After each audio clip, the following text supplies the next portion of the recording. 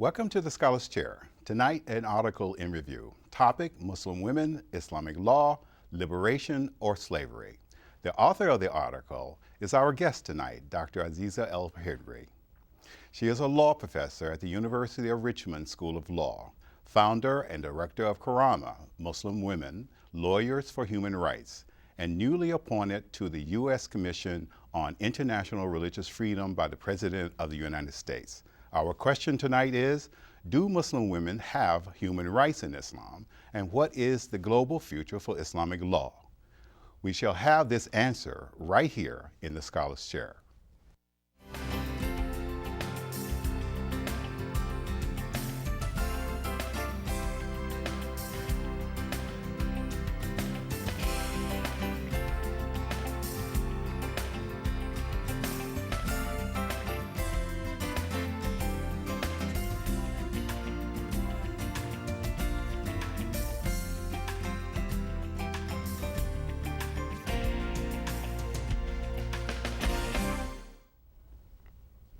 Tonight I have a co-host that's joining us on the Scholars Chair. It is Reverend Cynthia Snavely from Goodloe Memorial Unitarian Universalist Congregation.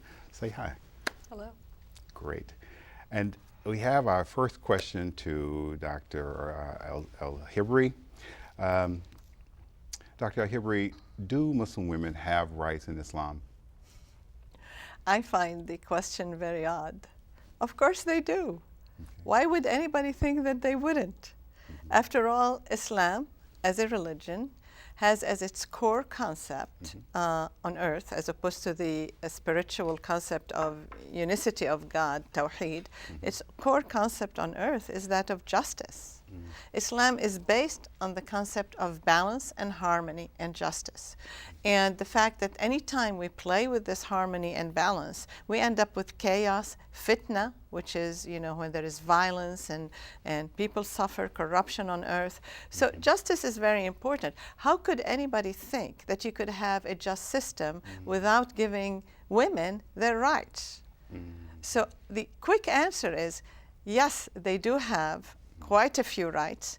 And actually, if we look into it and balance the equities, including the circumstances of male and female in this world, we find out that God has included in Islamic law affirmative action on behalf of women. Tell me this expression that you're using, el-Tawheed. What is that concept? Well, if we are going to talk to Muslims and convince them or present to them our point of view about Muslim women's rights or other topics, we have to start from a point that they agree with so that we can move along and see at what point we might part company. All Muslims have one starting point, and if they don't have that starting point, they are not Muslim. That point is the belief in a single God.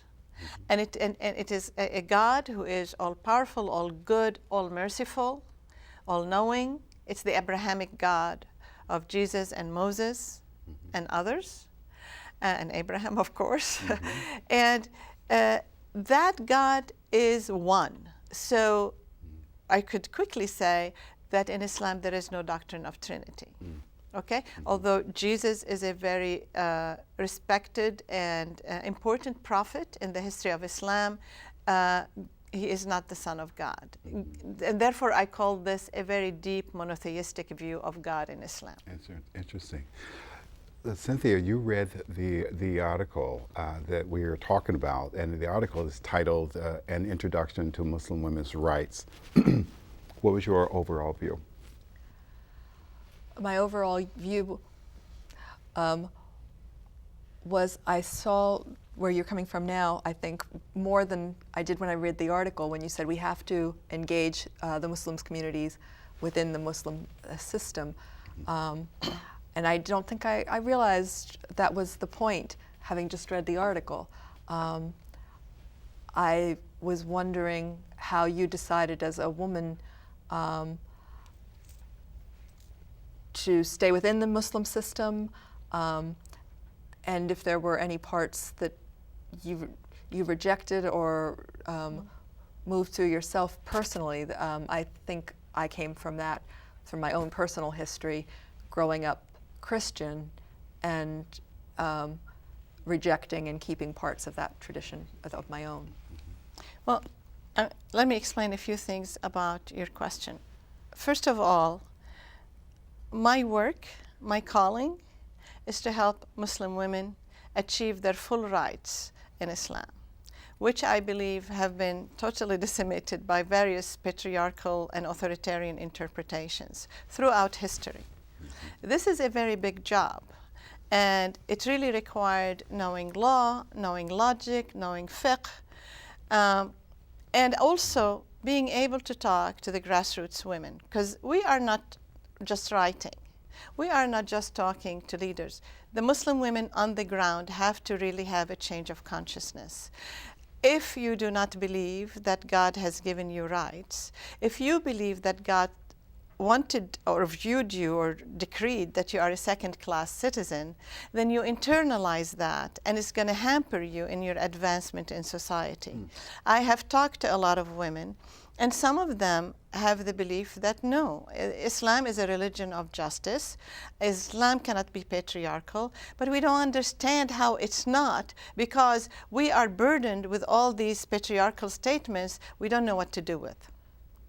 And other women told me that, look, if God thinks we're second-class citizens and men are superior to us and all that, who are we to argue with that? Yeah. We'll have to accept it. So, and some are just purely confused. So, you know, I talk to them, and I'll tell them, let's see what is bothering you about the various matters. And when we start talking about them, and I explain what is the pristine understanding of these things, undiluted or polluted by patriarchy, you see them coming to life. You see smiles on their faces. They're happy, they're energized, they're ready to go. So if I'm working for these women, if they are my calling, I have to talk to them from within, not from without. I don't come and say, for example, I'm a secular French woman or American woman, and guess what? My alternative is better than yours. They are believers. Right. And they have to understand that because God is fair, their oppression is not divine, their oppression is very much worldly. Now, you ask about what do I pick and choose in religion. There is a clear Islamic rule about that. You either believe in the whole Quran or you don't. If you disbelieve or refuse to believe in any aspect of it, you've moved away from the religion. But, and this, you know, the same thing with some of the hadiths that are authentic, that you can prove are authentic. So I don't have the option of saying, yes, I like Islam very much, but I'm going to ignore, for example, the injunction not to eat pork. If I eat pork, I am violating Islamic law, and I should know that I'm doing that. It's not a choice that I can opt out of certain statements in the Quran. But what really I have is that I am allowed by God, empowered by God, to read the Quran with my own eyes, with my fresh eyes, and not be bound by what some others saw in it that I do not see. So I have the right to read and interpret and have a direct relationship with God so that nobody else can oppress me if I see in one verse something different from what a patriarchal man could see. Now, in the interpretation of Quran, I know more than interpretation of the Bible. So I know in the Bible there is a verse that says women shouldn't speak in church, but there's also texts where women are referred to as deacons and speaking in church. So Christians have looked at those verses and said, well, these are contextual. Are there contextual ways of interpreting Quran in those ways as well? There are different ways within Christianity to deal with these texts, as you know. Some Christians look at the Bible the way Muslims look at the Quran, and others look at it differently. I would like to talk from my point of view of the Quran. And the place I start is that God is all-knowing. Because God is all-knowing, God does not contradict himself. This is God's revelation. The Quran is God's word. So whether it is 200,000 verses or 3 verses or whatever it is, they'll all be consistent. The Quran is a seamless web of ideas that all supplement each other and explain each other, and all jurists tell you the Quran interprets each other. So if you find a verse in the Quran which appears to be in contradiction with another verse, then chances are we have not understood them properly, and we need to go back to the drawing board and find out what is the accurate meaning. And that's part of what I have been doing along with other women and men in interpreting the Quran, because over the recent centuries, some men have interpreted certain verses in ways that are clearly contradictory to basic principles in the Quran about the equality of all human beings, not just gender equality. Interesting. So you would say that women can gain their rights from a societal point of view based on the Quran and the example of the Prophet.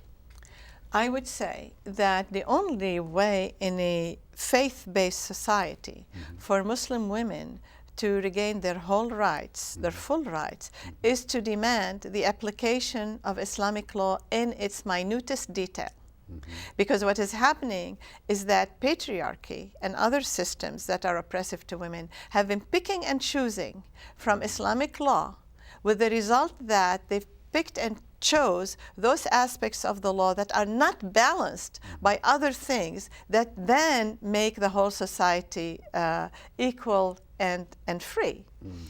I want to bring those other aspects that empower the women that have been lost to the culture in order to balance the full application of Islamic law. Let me ask you a question, because it's not a part of our list, but it strikes me as we talk about this. We've had a lot of programs dealing with religion and democracy, for example.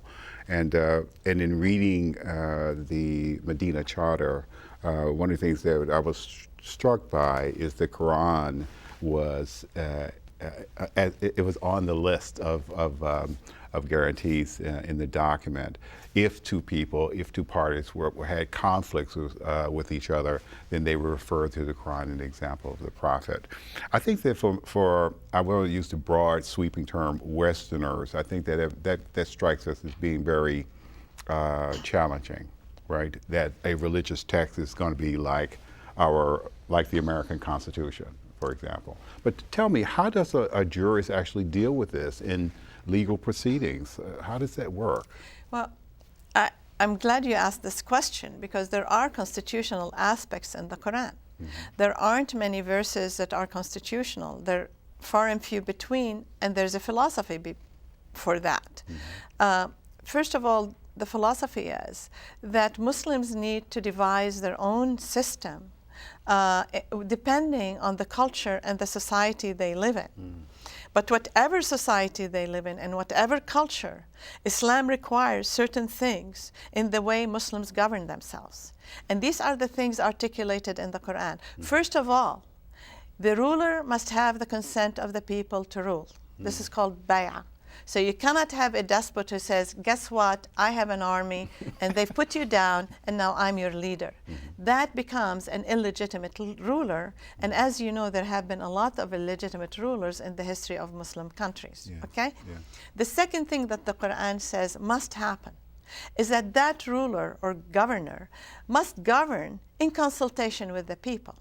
So that is going to eliminate, again, the despotic and authoritarian aspect, hierarchical aspect in a government. You can have a hierarchical, organizational, non-oppressive system, but you don't have a governor who says, you know, I am the law.